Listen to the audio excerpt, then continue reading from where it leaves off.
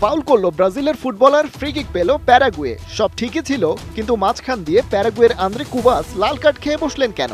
মাইটি ব্রাজিলের সাথে খেলা বলে কি এমন অবিচার করলেন রেফারি? তবে রিপ্লে দেখে বোঝা গেল পড়ে যাওয়ার সময় ওই ব্রাজিলিয়ানকে কষে এক লাথি মেরেছিলেন কুবাস। মেজাজ কন্ট্রোল করতে পারেননি একদম। একই সাথে কন্ট্রোল করতে হিমশিম খেতে হচ্ছিল এলিগেন্ট স্টেডিয়ামের দর্শকদের। বারবার মাঠে ঢুকে পড়ছিল তারা। লাস ভেগাসে ব্রাজিলের এত পাগলা ফ্যান তা কে জানত? ফ্যানদের তাড়নাতেই যেন প্যারাগুয়ের বিপক্ষে শুরু থেকেই সুযোগ সন্ধানী ব্রাজিল। 4-2-3-1 ফরমেশনে প্লেমেকারের ভূমিকায় পাকুয়েতা 16 মিনিটে প্যারাগুয়ের হয়ে অবশ্য ডি বক্সের বাইরে থেকে শট নিয়েছিলেন অ্যালেক্স আর্ক, তবে হলুদ রঙা বাঁধে আটকে যায় সেই শট। পরের মিনিটেই রদ্রিগোর কর্নার থেকে মৌকা পেয়েছিলেন দানিলো, তবে কাজে লাগাতে পারেননি। আধ ঘন্টার মাথায় ডি বক্সের বাইরে থেকে পাকুয়েতার শট ব্লক হয়।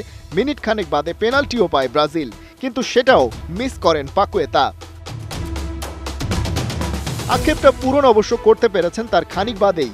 ওর অ্যাসিস্টেই 35 মিনিটে দলের প্রথম গোল করেছেন ভিনিসিয়াস জুনিয়র।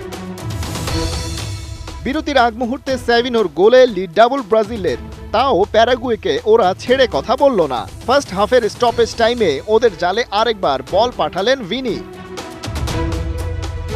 বিরতি থেকে ফিরেই একটা গোল শোধ করে প্যারাগুয়ে, কিন্তু সেটা ওদের স্বস্তি দিতে পারেনি খুব একটা।